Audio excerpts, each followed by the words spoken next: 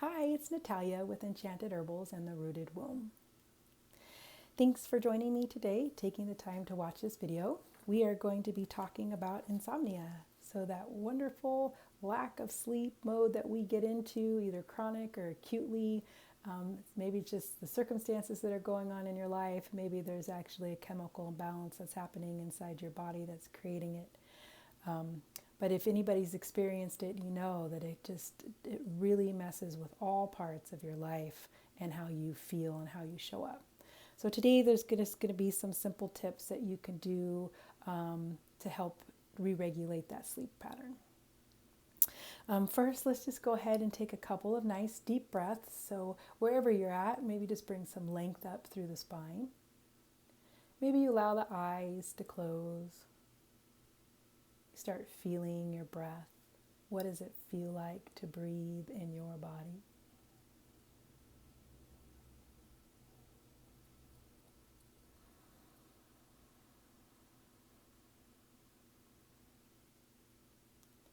Now you allow for each one of those deep breaths to slow down. So just draw a breath into all four corners of the lungs, into any tension you might be holding on to. And then let it all go. Just exhaling. Creating length in the breath.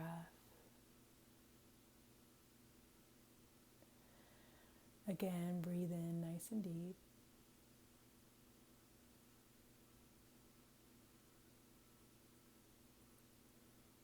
And exhale fully.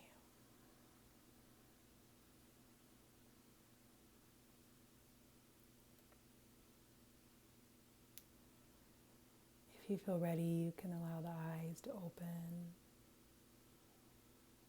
And just take notice of the difference in the body and the mind. So taking those deep breaths creates this chemical response in the body that it's time to relax, that we're safe in this moment, and that we can, that each one of our cells can be nourished and oxygenated in a very healthy way. So the longer you provide that deep breath movement in and out, like breathing slow and deep in and out, the more benefits you'll get from the body. So that was just a couple of deep breaths. You can do that for 30 seconds. You can do that for 2 minutes. You can do it for 5 minutes. And the longer you take that breath, the more benefit that's going to happen to the body. And the more frequently that you allow yourself to slow down and take deep breaths, the more benefit the body will, the more benefits it will be for the mind and the body. We need this oxygen flow, this life force, this prana to come through into the body to oxygenate all the cells for movement, for thought, for the mechanism and chemical responses in the body. We need oxygen to survive. And those slow, long, deep breaths provide that, but it also draws us into a place of trust and safety. It relaxes the nervous system, the heart rate. If you drag that exhale out a little bit longer than the inhale, it starts to relax the vagus nerve, which is through our diaphragm here, and that allows, or it's connected underneath the sternum, and that will regulate your heartbeat. It'll slow your heartbeat down and create a rest and digest state, that parasympathetic state of the nervous system. It's really important because in our lives where we're really stressed out, or if you get angry and stressed, if you stop and notice, your breath will be shallow. This is the chemical response that happens in the body when our mind is going into a stressful state, which releases more stress chemicals into the body and creates a place for us to fight and flight. So we're just in it all the time now, though. So our bodies are just regulating really poorly with it. And that act of allowing yourself to slow down and take some deep, slow breaths will bring you back.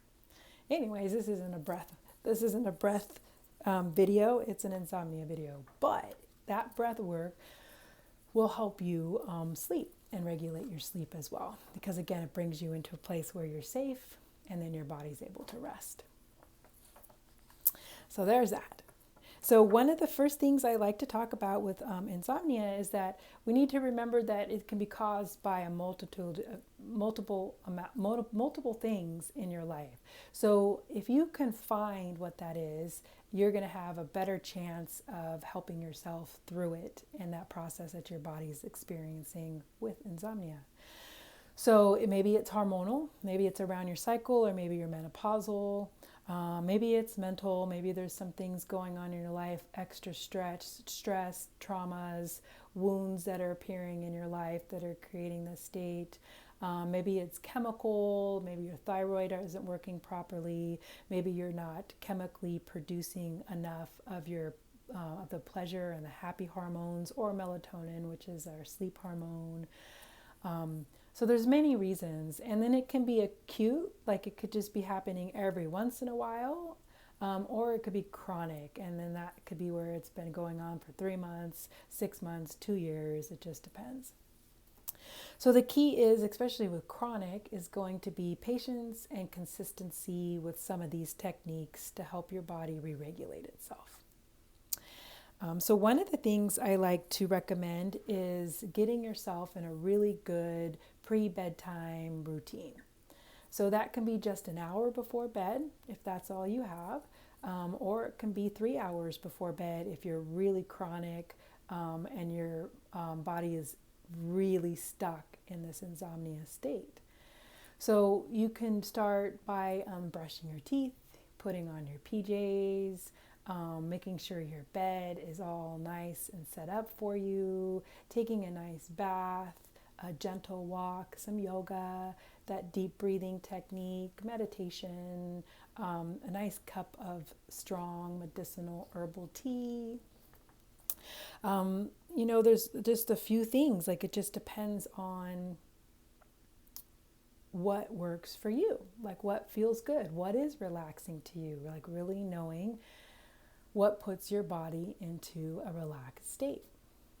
So within that bedtime routine, I recommend that we let go of all electronics. Now I know that's hard, but I'm finding that a lot of people nowadays are sleep deprived because of their electronics. So no TV, no phone, no iPad, no laptop, anything else I forget. Just because I don't say it doesn't mean that it's not on the list.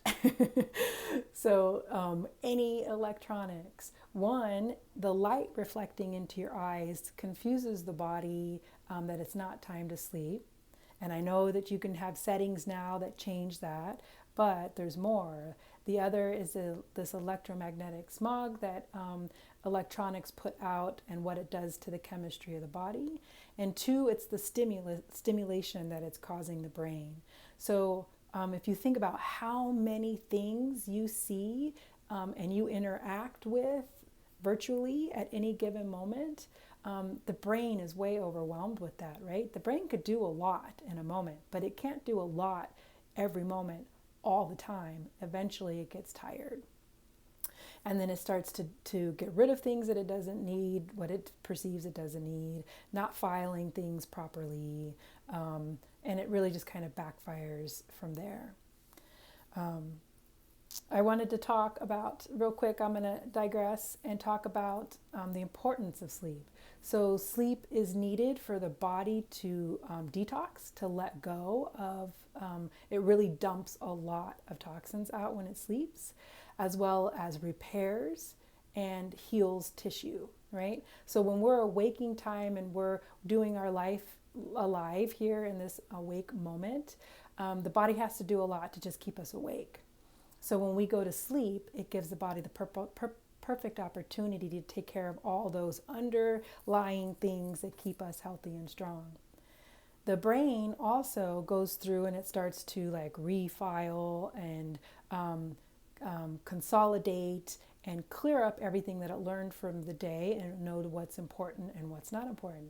So there's actually been some research about students that are studying if they take a nap in the process or right after they studied or in that process of studying, and then wake up and you can continue to study. But if you take a nap after you studied, that the brain has a higher chance of retaining and recalling what you just learned, because that's what it does. The brain files it and creates a space for it to sit and stay in the mind. So just a couple of really simple examples, right? But it's really important that we get enough sleep. So if you're a night worker, if you work at night, our normal rhythms is up with the day, down with the night. Some people can switch that in their body easy enough and get enough sleep and feel satisfied in that space. But we are finding that there's a lot of people who work at nights that are starting to get more of like a metabolic issues, diabetes, or you're higher risk for diabetes, and digestive issues that start to cascade into other things. So if you have the choice and you can change your job if you're starting to get unwell and working at nights, then changing it to a daytime job could really help benefit your health in a really great way. So back to the tips. So setting up a really good bedtime routine, an hour, maybe even 3 hours ahead of time. I know that sounds like a lot, but when we're talking about the commitment of really allowing ourselves to sleep deeply and soundly and heal, I've been in that place where I've had insomnia and not been able to sleep, and it is awful. Like, it really feels bad in the body and the mind. So being willing to take on some of these tips to help you re-regulate yourself will be great. Being consistent with it is going to be really important, and patient with yourself. So it just depends on how long you've had this problem. But keep trucking. So creating a really good bedtime routine, something that you're going to really easily follow, something that feels good. No electronics, at least an hour before bed. But if your bedtime routine is going into that 3-hour mark, then do your best to cut out all of that. Another thing is to create an atmosphere of rest, an atmosphere where you're going to feel good. It's almost like when you go to a massage place, when you go get a wonderful massage, there's soft music playing, the lights are low, there's a comfy, beautiful place for you to lay. You don't go into that place with TVs blaring, lights are all on, there's chaos going on, right? So you want to create an atmosphere for you to relax in, something that's beautiful and lovely for you. Your eyes, use your senses, things that make your eyes light up and smell wonderful and just sound peaceful, and allow yourself to really create a beautiful sleeping routine. So this could be luxury sheets. Maybe you splurge on some sheets. Maybe you need a new pillow. You should be replacing your pillows every 6 months to a year, or wash them and set them out into the sunshine so they can get charged with some beautiful sunny energy. Little things like that. What feels good to you? Just set the mood for sleep. You can also do just a gentle walk or yoga or meditation or breath work in that time frame as well. Even those things throughout the day is good to just help mediate the stress response of the body.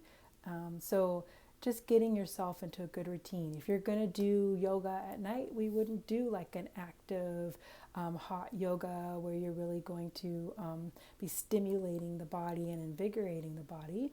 You're going to think of more yin things that are quiet, gentle, slow movements, and allowing yourself to follow the breath with the movement. The same with a walk. If you decide to do a walk, do a meditative walk where you're really noticing your feet as they touch the ground when you walk, really noticing the things around you.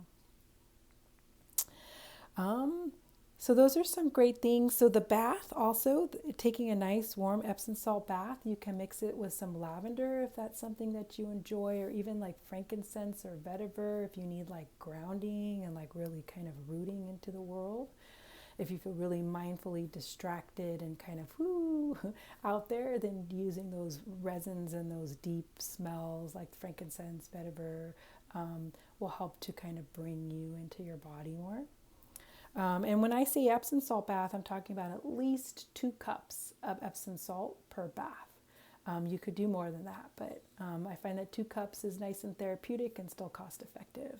And then I put this Epsom salt, I put some of it in my hand, and that's where I'll put a couple drops. You just need a couple of essential oils, like the lavender, the frankincense, and then I kind of rub it into the salt, and then I let that go into the water, and that helps disperse it better into the water instead of just floating on the surface.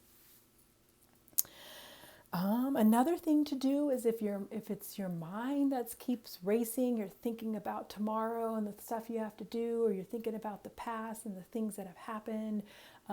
There's something that's keeping you awake that's stressful in your life, is to keep a journal next to your bed and just write it down. If you have a list, if you have stuff that you need to do or something's on your mind, just get it out of the mind, put it on the journal and set it aside. There's nothing you can do about anything at that moment. It's sleep time. It's time for the body to rest. It's time for everything to clear out of the body and to be well and strong. So it's just for sleep, right?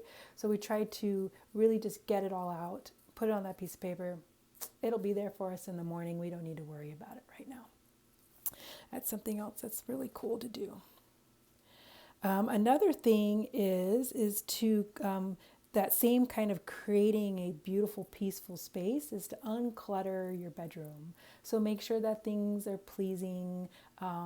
If there's a bunch of stuff stacked up next to your bed, maybe move those out. Cover up any electronics. If you have a TV in your room, cover it up. Get a beautiful cloth or something that's like a tapestry to put over it. You can light a candle instead of the lights, or get some pretty little fairy lights to light up in the room. Just really declutter it and clean it up. Make it feel good. Just make it be inviting. It's someplace you want to go. So your room, to me, that's the tone of your room. Your room is for sleeping, and then one of the other great things, for sex and pleasure.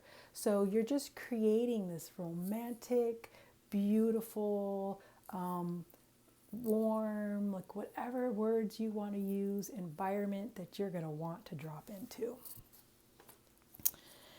Okay, so one of the other things to keep in mind is during the day. So if you're not getting enough of physical exercise or mental exercise during the day, that can cause a problem when it's time to go to sleep at night. So our bodies are meant for movement. We're not meant to be as stagnant as we are nowadays. We sit all the time, and we do much better with movement in our bodies. So getting enough exercise during the day, and that could even just be 20 minutes of something light. If you're really burnt out and you have chronic illness, I usually only recommend that. Just something 20 minutes and nothing that's overly taxing on the body. 2, maybe you really like to work out and you do your nice 40 minutes to an hour every day. If you're the type of person that overdoes the workout, that can also cause a problem with sleeping. If you like to, if you're already burnt out and you're still really driving the body into a place of activity all the time, the body gets confused, and that can cause a problem with sleeping. So find that right balance for you. You know how healthy you are in this moment. The more chronically ill you are, just give yourself this wonderful, like yoga, tai chi, swimming, walking, hiking, like these wonderful kind of movements, but that they're not so pushing of the body. And if you're like in a really good, strong place and you want to be really vigorous with your exercise, then go ahead and do that. The same thing with the mind. The mind needs, it's a muscle, and it needs to be exercised. So if you're not doing things that create new synapses in the brain, new learning, and giving the brain the challenge that it needs, then that can keep you up at night as circular thoughts and things going on in the brain, because the brain just wants to do what it does best, right? So if it's not getting enough exercise either, then when we sit down and be quiet, it might just start screaming at you and just keep going over things, being more anxious. It will find something to attach to. So a lot of times you might be more obsessive compulsive about certain thoughts because the brain's just not getting enough exercise.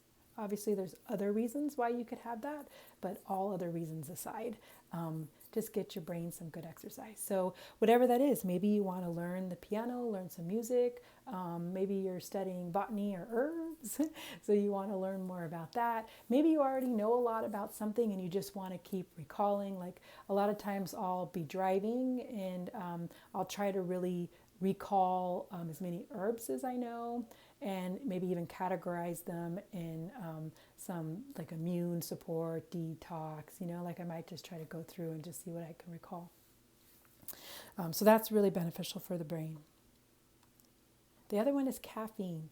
I'm not sure if I mentioned that already because I'd already did this video and my phone decided to stop. It said I didn't have enough space. So if I repeat myself, I'm sorry, but I tend to repeat myself anyways.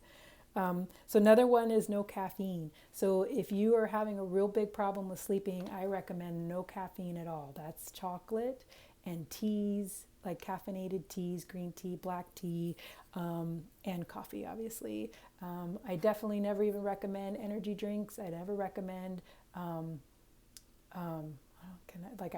just say it, like Red Bull or any of those, not just pointing them out, but any of them. It's just not good for the body. If you need that much stimuli to get going during the day, we have other things going on. Now, I know that's hard, right? Because if you have insomnia, now you're really tired, you need that coffee to pick you up, to keep you going. So getting yourself out of that cycle might take a little bit of time, but I definitely recommend it. If you're not as sensitive and you're just having a problem sleeping, then I usually say nothing after 1 o'clock. So no tea, no chocolate, no coffee after 1, and see how that feels for you. Okay, so let me see. So I think that's most of it before I get into some herbs and a couple other things here.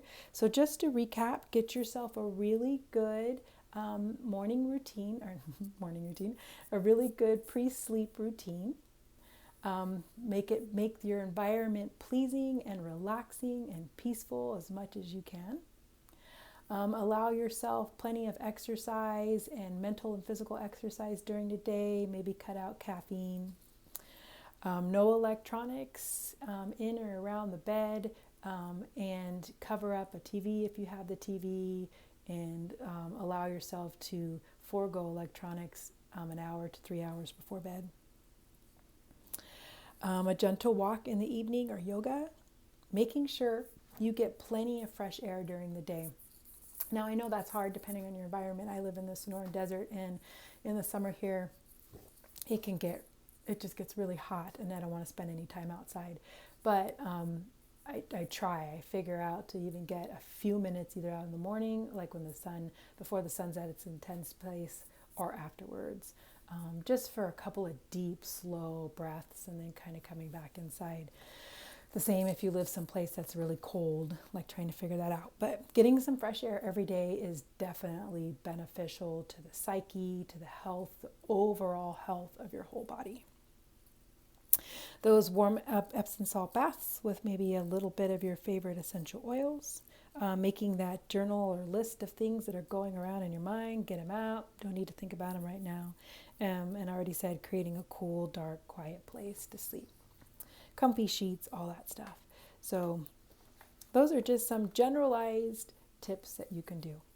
Now, I'll talk about melatonin first. So I'm not a huge fan of melatonin. I'm not a huge fan of incorporating hormones into the body on a long-term basis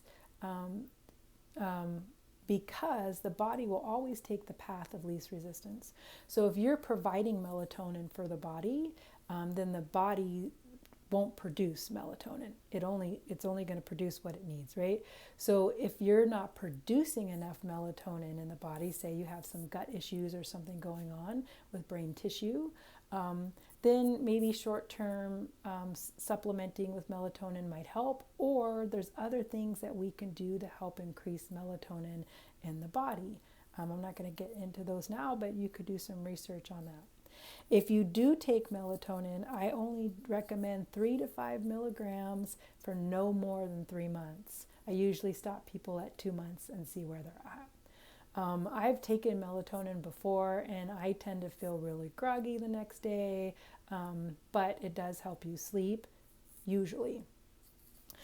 So just keep that in mind if you're going to go down that road, that you're going to want to just minimize it and not do it forever.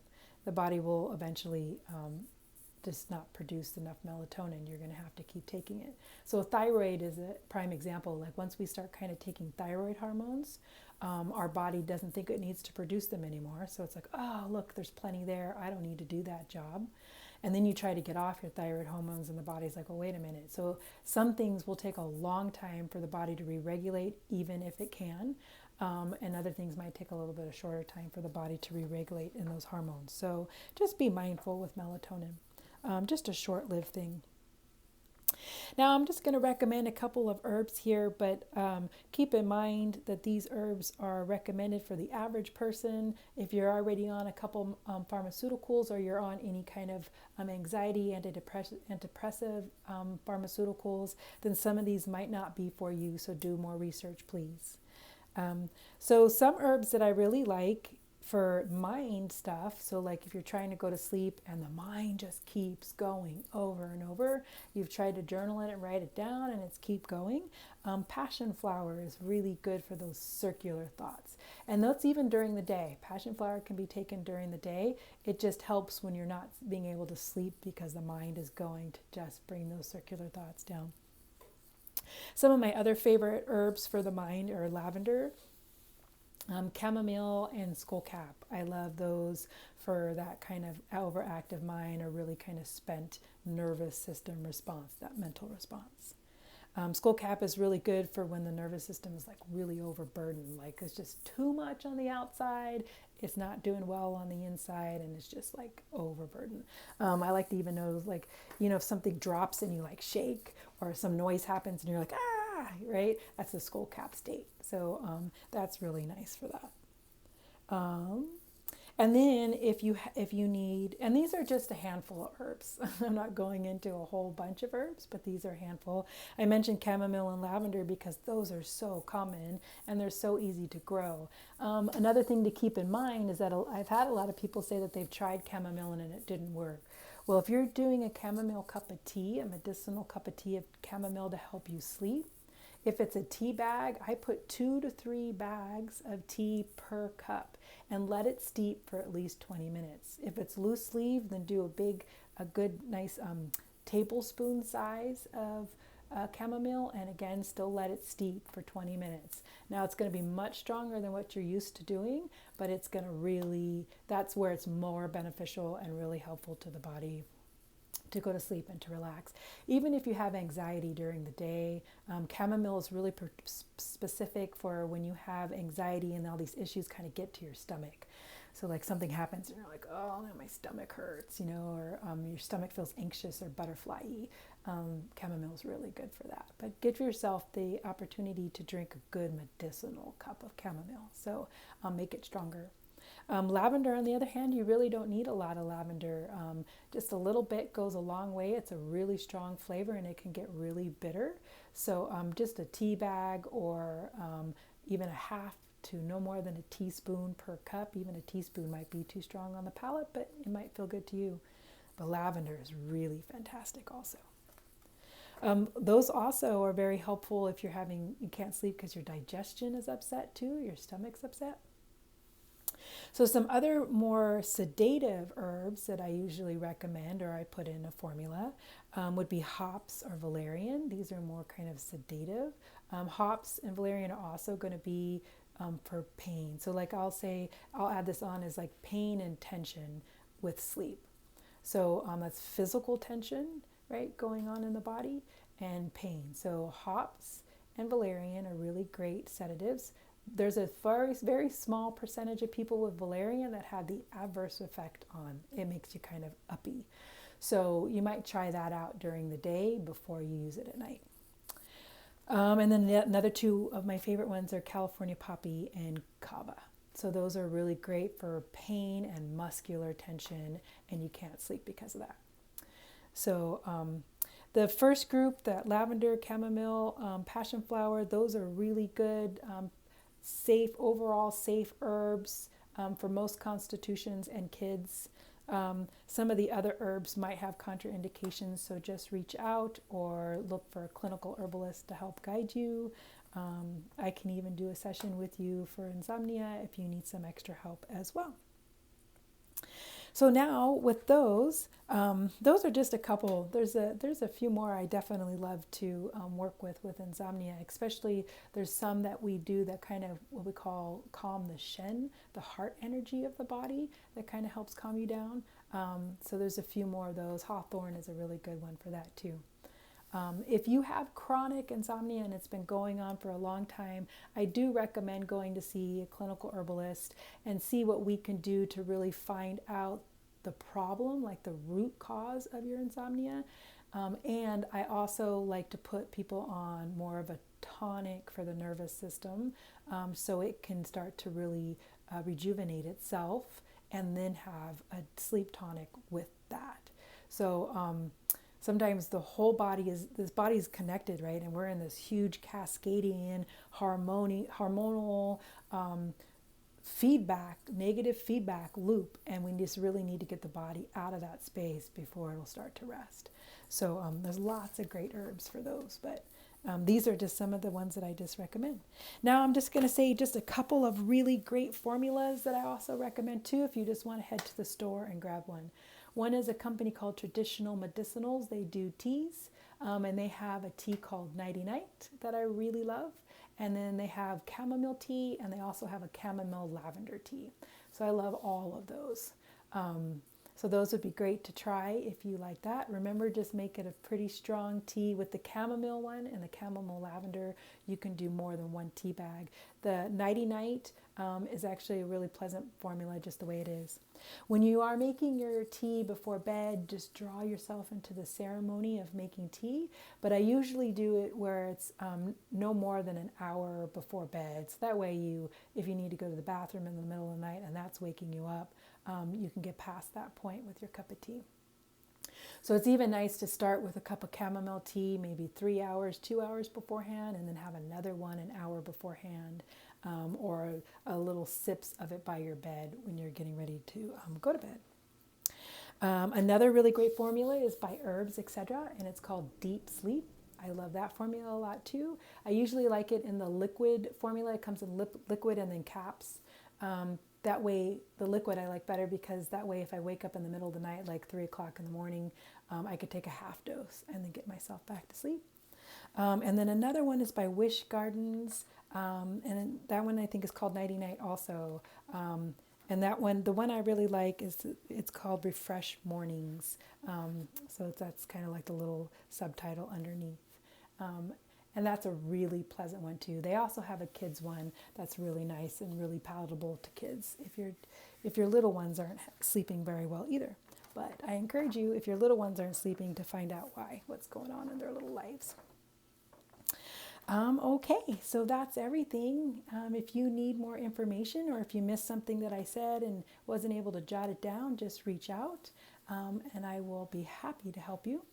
Remember that I'm also a clinical herbalist, so if you need deeper help where we kind of sit with each other and go over your health history and see where things are lying in your body now and how it's coming up in your body in your life, and then I match herbs for you, just specifically for you, and what's going on. So it's a one-on-one great session to get a customized tea and liquid extract, or whatever else that you need in the herbal world. So you could reach out for that as well. Again, thanks so much for taking the time to watch this video. I appreciate you, and I am wishing you the best night's sleep ever, and may you be healed, revived, and feel blessed, loved, and supported. Thank you.